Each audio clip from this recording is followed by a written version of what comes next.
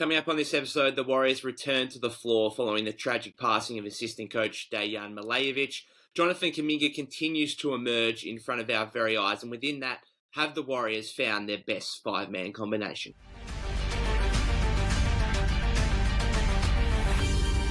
Yes, welcome to the return episode of the Golden State with Mates podcast. You'll probably hear that I'm not quite 100%. Obviously, been off traveling to LA over the past 10, 12 days or so, and I feel like it's inevitable to just get unwell at some point throughout the trip.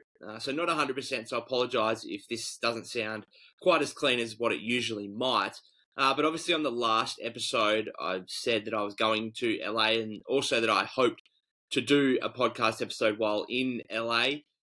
Obviously, with the events surrounding the Warriors in the last kind of 7 to 10 days, I felt it inappropriate, I suppose, to go on and do a podcast episode. It was probably a good time just to take a break with what had happened, and that's obviously regarding the passing of assistant coach Dejan Milojevic. So I got to LA on the Monday morning. The Warriors played the Monday night in a horrible loss to the Memphis Grizzlies. The Tuesday morning, I actually had a radio interview in New Zealand, which was really cool. That went well. Had the Tuesday, obviously, and then the Wednesday morning, we wake up to the news of the severe health issue that Dejan had in Utah on the Tuesday night. And then I vividly remember, like when I got the tweet that they were postponing the Warriors game with the Jazz on the Wednesday night. I thought, geez, this. Obviously we've been told that it's serious, but this has to be incredibly, incredibly serious for them to postpone a game.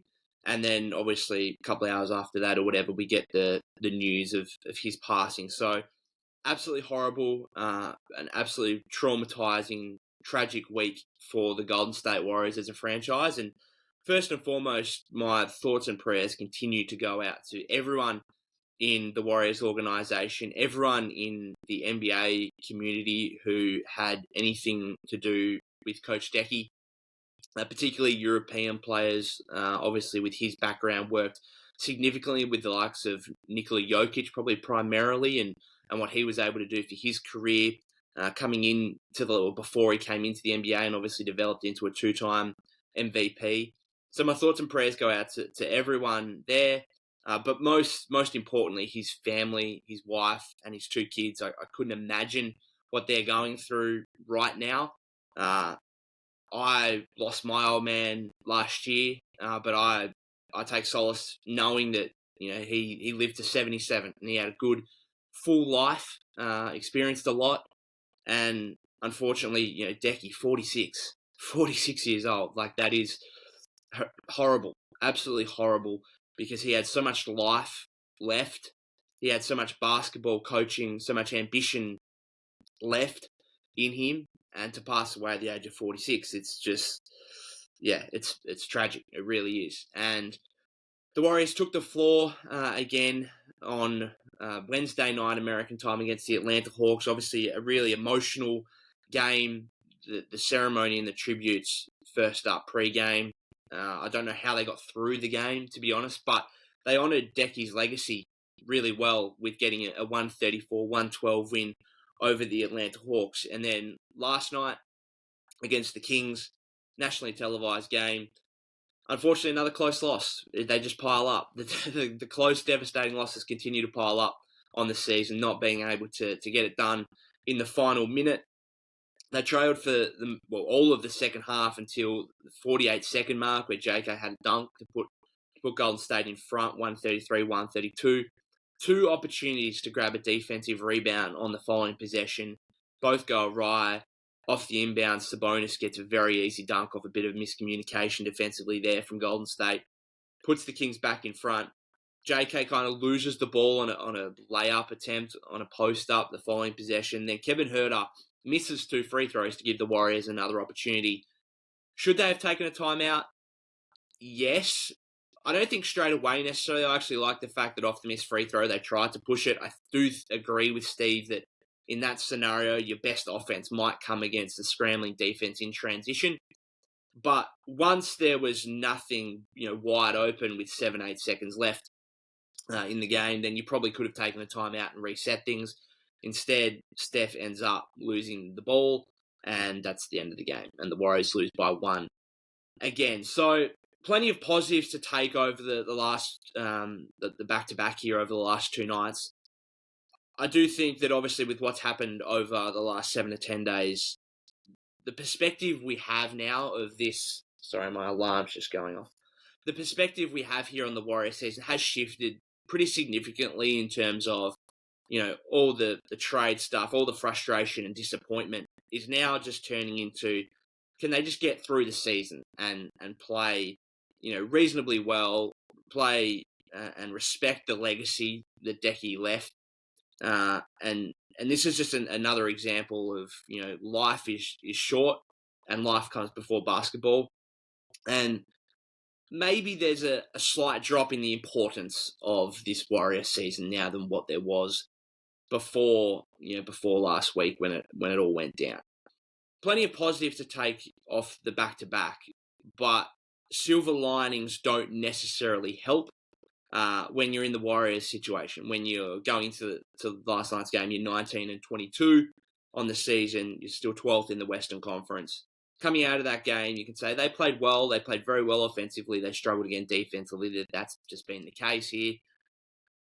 But regardless of the optimism and the good things you want to take from it, you drop another game. You go to 19 and 23. You push further back from the play-in mix, from the top 8 in the Western Conference. So at some point, the Warriors have to get moving if they harbour hopes of, which they still do, obviously. I know I just said that maybe this season takes on less importance than what it did, given Coach Deki's passing. But we're still going to talk about it. The Warriors are still going to want to win basketball games. And maybe it could help a little bit with just, putting things into perspective. But unfortunately, the Warriors are still in a hole here. They're in a hole, and they've got the Lakers, who are in a kind of similar hole on Saturday night US time. The first thing we really need to talk about here, and because I want to be positive, I haven't spoken for a couple of weeks, want to be positive, despite, the losses continuing to kind of mount up a little bit here. Jonathan Kuminga, he's emerging. He's emerging into... Do you want to say emerging into a star? Maybe that might be too much. But whatever you want to say, he's emerging into something, and something pretty significant.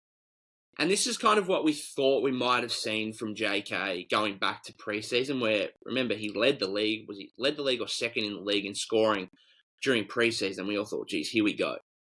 And I remember contemplating during preseason, thinking to myself, and not thinking to myself, but out loud on this podcast, where was JK going to lie by the end of the season in terms of the hierarchy at the Warriors, in terms of their best players? Now, no one is taking the mantle off Steph. He's so far ahead of everyone else, it's not funny. And that's half the issue. But Draymond, Clay, whoever else, where does JK lie? And I said preseason, I wouldn't be surprised if he's all of a sudden a top 3 player on the team by the end of the season. And it's taken a while for that to kind of come around. There's still been the inconsistency with his production, mainly born out of the inconsistency in his playing time. Obviously, when Draymond went out with the suspension, he started, 15 straight games or 14 straight games, whatever. And then he went back to the bench. And at that point, I was thinking, wow, okay, what are we doing here? He went back to the bench before Draymond even came back 5 games ago. And then all of a sudden he's responded in incredible fashion. 24 points against the Bulls, 28, which was then a career high against the Bucks, 20 and 11 rebounds, double-double against the Grizzlies, 25 and 9 against the Hawks on Wednesday night on an equal franchise record, 11 of 11 shooting, tying Chris Mullin. And then 31, another career high against Sacramento yesterday.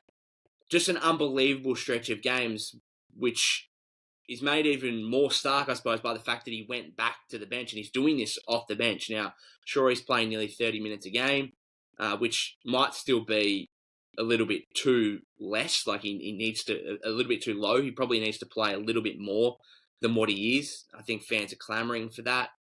There are still times in the last few games where JK should have been in some of these lineups towards the end of games. Now, yes, he has been closing, but bringing him back 3-4 minutes to go, when he's got the hot hand, you might as well let him ride kind of the whole fourth quarter at times. The pathway here for JK, I think, is really interesting when you look at his career as a whole.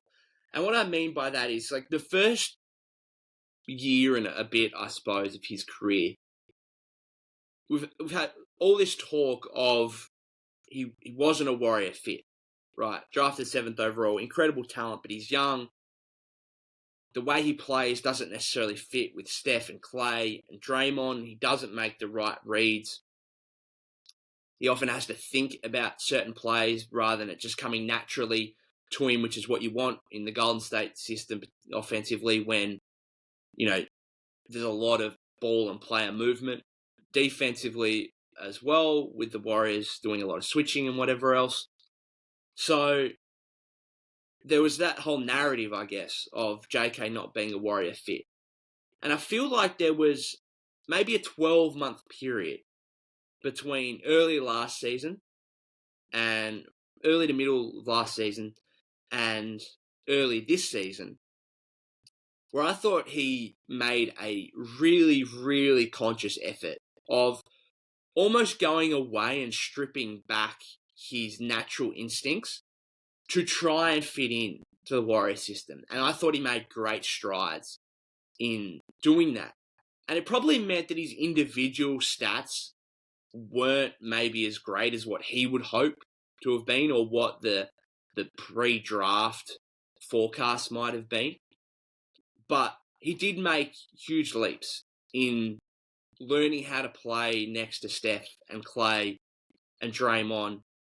And there's been times even earlier this season where I've been a little bit disappointed him not hunting his own shot more and looking more to pass to Steph and Clay. Well, now I think we've got to a position here with all the work that he's put in trying to fit into the Warrior system. He's now earned the trust of Steve and his teammates, more importantly. And now I think he's reverting back to what he naturally is, which is, I'm a go-to guy. I can be a star in this league. I can get my own. And yes, there can be times where those types of players can be considered selfish, I suppose, to a degree.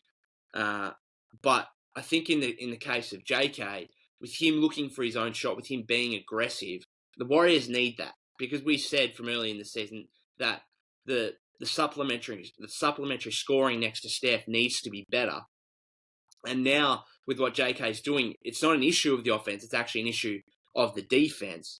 And so the Warriors need him to be aggressive. And JK's spoken about Draymond, repeatedly telling him that, no one can stop him at the rim to continue to be aggressive. And I just love what he's doing at the moment because he's gone back to what he naturally is, to who he thinks he is, which is a star-level player. And yes, there's still going to be times where there's the push and pull between what he wants to be and what the Warriors want to be.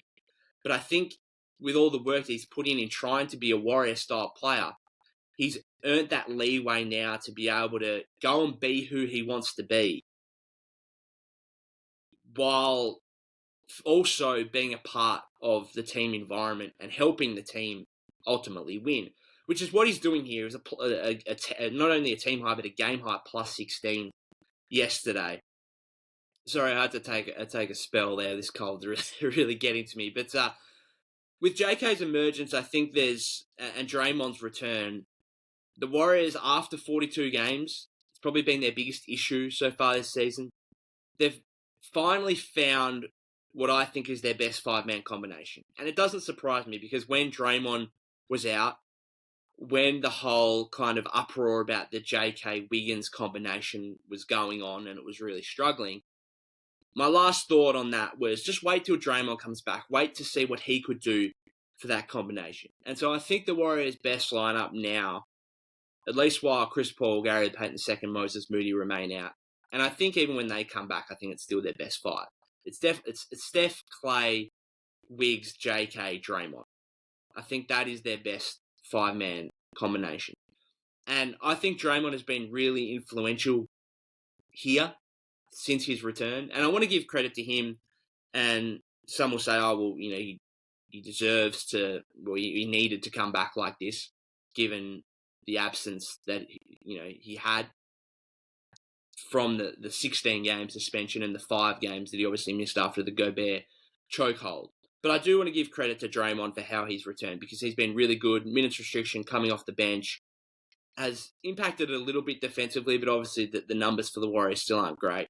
Fit in really well offensively, and I think that combination is starting to make a lot of sense. Draymond just unlocks JK and Wiggs, and the reason I think for it is not defensively, although defensively that front court should be really strong, should be really versatile, and hopefully it can be better moving forward. Just quickly on that 5-man combination in 14 minutes since Draymond return has an 84.8 defensive rating, which is wild, absolutely wild when you take into consideration that over the last 10 games, the Warriors have a 127.1 defensive rating. Easily the worst in the league. No other team is worse than 122 over that span. So for that 5-man combination, yes, it's limited sample size, 14 minutes, but for them to have an 84.8 defensive rating while the team has a 127.1 in the last 10 games is just ridiculous. Absolutely ridiculous. But I think Draymond unlocks JK and Wiggins because he gives you that extra playmaker. While Draymond was out, with the JK Wiggins combination, you had usually TJD out there as kind of the 5-man, maybe Loon, Saric, whatever. And then Steph and Clay, or Steph and Moody, whoever it was. But there was often a lack of a secondary playmaker, a secondary ball handler out there. And I think that's what kind of made the Wiggs-JK combination not particularly work. And I think now you've got Draymond out there. I think it gives you that, and then obviously gives you the defensive versatility that I just spoke about as well. Wiggins and JK are still a minus 13.4 together in their 210 minutes. This is in net rating, minus 13.4 net rating in 210 minutes together this season. Yet if you add Draymond to the mix, that trio is a plus 20.6 in net rating in 59 minutes this season. So it's like Wiggins and JK do not work at all together unless Draymond is also on the floor. And I think going forward, you're probably going to see that pairing or that trio as well, not playing a whole lot during the game, but they might close first halves and they might close games as they have done as well in the last couple of games. So the early question here is, does that become the starting lineup? Just put simply, with the Warriors situation at 19 and 23, you need to get going. Do you just play your best players from the start? All 5 of those guys play 28, 30 plus minutes, especially with the injuries that the Warriors are currently dealing with. Is that just what you do? And I can see the argument just to say, yep, that is your best 5, so you start your best 5 and away you go, good luck. But I don't think it's as simple as that, because with what JK is giving you right now, I think I'd be hesitant to actually put him back in the starting lineup. And it's funny I say that, because when he was taken out of the starting lineup ahead of that Bulls game, I was just like, what are we doing here? And I was flat out frustrated and angry. But the way he's responded, 5 consecutive 20-point games, I think you'd be hesitant to change things up when things are going so well. And I think it might be a case of Jordan Poole a little bit, where for JK, he's coming off the bench. He's playing against maybe slightly lesser opposition to begin with. But he's also, some of these combinations that the Warriors are running when Steph is off the floor. So yesterday, if you've got Kojo, which is a talking point in itself that I probably won't get into, but Kojo, Pods, Clay, JK, Draymond. JK is the primary scorer in that unit. And I think it's a Jordan Poole situation where he might be better coming off the bench, where he knows that he's the main guy when Steph's off the floor, rather than starting and getting back into wanting to be that Warrior style player where he's passing up shots sometimes passing up on his own scoring aggressiveness to try and pass to Steph, to try and pass to Clay. Like Steve was asked about in the post game yesterday on that final possession, was there a chance for JK to have a fast break opportunity rather than stop and give the ball up to Steph? And the fact we're even discussing whether Jonathan Kuminga should be the guy taking the potential game-winning shot over Steph Curry is incredible. It really is incredible. But I think it goes to show how far JK has gone or come over the last couple of weeks here. And I don't think it's necessarily a straightforward thing of he needs to come back into the starting lineup. Now, I've seen people on Twitter saying you just need to do it out of principle, like he's playing so well that he should be starting. And I'm sure that if you ask JK himself, he would think he should be starting. But, as I said, 5 consecutive 20-plus point games, I don't think it's necessarily a foregone conclusion that he should be starting. I could see why Steve would be hesitant on bringing him back into the starting lineup. But at the same time, that is your best 5-man combination right now, and I don't think it's particularly close. There's some really good numbers. I think if you take Clay out of that and add Pods, I think they're like a plus 72.4 net rating or something ridiculous like that over the last few games.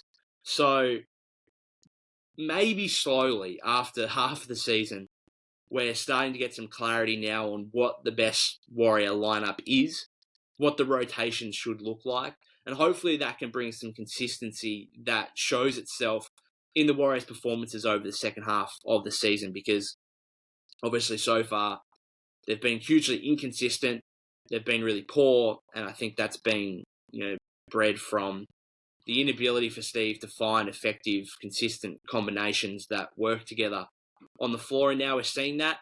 I think going forward here, I think Draymond needs to come back in the starting lineup. I think that's a foregone conclusion. I think him, most likely for Loon, I just don't like the Draymond-Loon combination anymore together.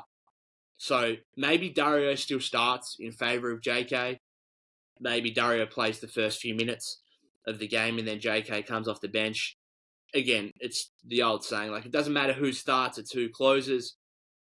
I don't think JK is going to have an issue with whether he's starting or not, so long as he's playing 28 to 30 plus minutes and is in closing lineups most nights. So maybe Dario continues to start. I know that leaves you a hole defensively that teams will continue to exploit, and this is the Warriors' biggest issue right now, is being able to get stops on the defensive end. Draymond's come back in, and it hasn't particularly helped a whole lot, as good as he's been from an individual standpoint. So we'll just wait and see here. The defense is clearly what the Warriors need to prioritise. From a trade standpoint, I think JK's form has clearly cemented his place as a long-term piece for the Warriors, unless they're getting a superstar player back. Now, obviously, Siakam was the big one, who the Warriors may have been looking at, who the Raptors would have coveted JK in any such deal. He ends up going to the Pacers while I was overseas. Wrote a little bit about that on Blue Man Hoop. But the players that are left, like the big names that are left, Kyle Kuzma, DeJounte Murray, are they guys that you'd be giving Jonathan Kuminga up for? Absolutely not.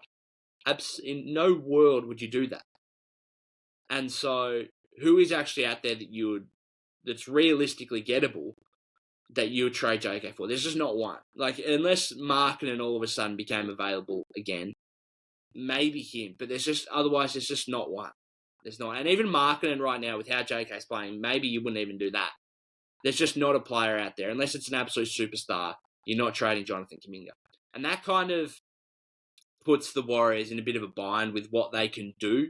Because now all of a sudden you're looking at, all right, we've got the contracts of Wiggs and CP3, and our assets are the 2 future first-round picks in 2026 and 2028, which have value. But I think with the way that JK has been playing, teams would look around at him and say, he's the biggest the biggest young asset on the Warriors that we want to get our hands on. And the Warriors are not going to be able to get a star-level player without including him in the deal. And so they're kind of in a bind here with what they could possibly get. It means they're probably not going to get a difference-making player that's going to, turn their season upside down and get them to really winning form. They're just going to have to do that from within. It starts defensively. But again, even though the trade stuff, I've been hesitant to write about it over the last couple of weeks. I've still wrote about it a little bit, but my writing in general, obviously didn't do a podcast while I was in America, but my writing in general, I did a whole lot less.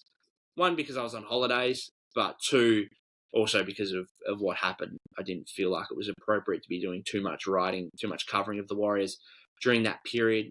But we're back on the court now, trying to honour Deki's legacy. We'll just wait and see what happens. But as I said, there's a whole kind of new perspective on this Warriors season based on what's happened in the last 7 to 10 days, which is going to take a lot of time for people in the organisation to get over, particularly those, like I can't imagine those who were there out at the dinner on the Tuesday night. Just unbelievably horrible. So again, I'll finish off thoughts and prayers, Warriors organisation, everyone in the NBA, and particularly Deki's family, his wife, and 2 kids as well. But otherwise, thank you. Oh God, I am struggling to get through this. Thank you very much for listening to this episode of the podcast. Hopefully I'll be a bit healthier by the time the next one rolls around. If you haven't subscribed to the YouTube channel already, that would be greatly appreciated. You can follow us on Apple Podcasts and Spotify. You can follow me at POK252. That's POK252 on Twitter. Till next time, guys.